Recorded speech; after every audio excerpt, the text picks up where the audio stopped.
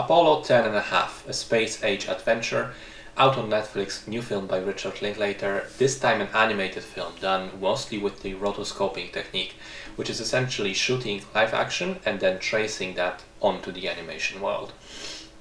The film is a coming-of-age story set in the late 1960s Houston area in Texas during the Apollo space program, essentially a postcard to the childhood of the American boomer generation. It follows a boy who lives in the suburbs with his family and dreams about going to space himself, which essentially becomes like a fantasy subplot in the film.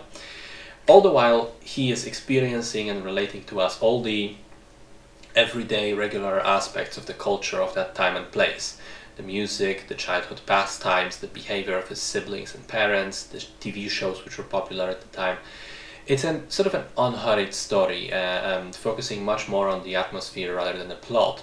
And I think that makes it work quite well. It successfully made me kind of nostalgic for a time and place which I was never even close to experiencing. And it painted a vivid picture of basically an entire generation.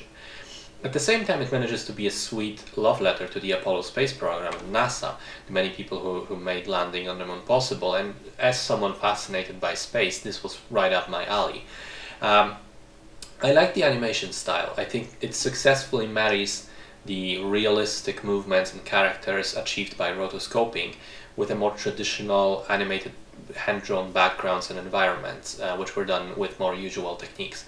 It has a very good soundtrack with a lot of music from the time, which shouldn't be surprising really, coming from the director of Dazed and Confused.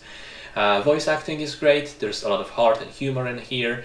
I'm really kind of curious how much someone from that boomer generation would enjoy the film, how accurately it describes childhood in those times, but something tells me it's pretty close.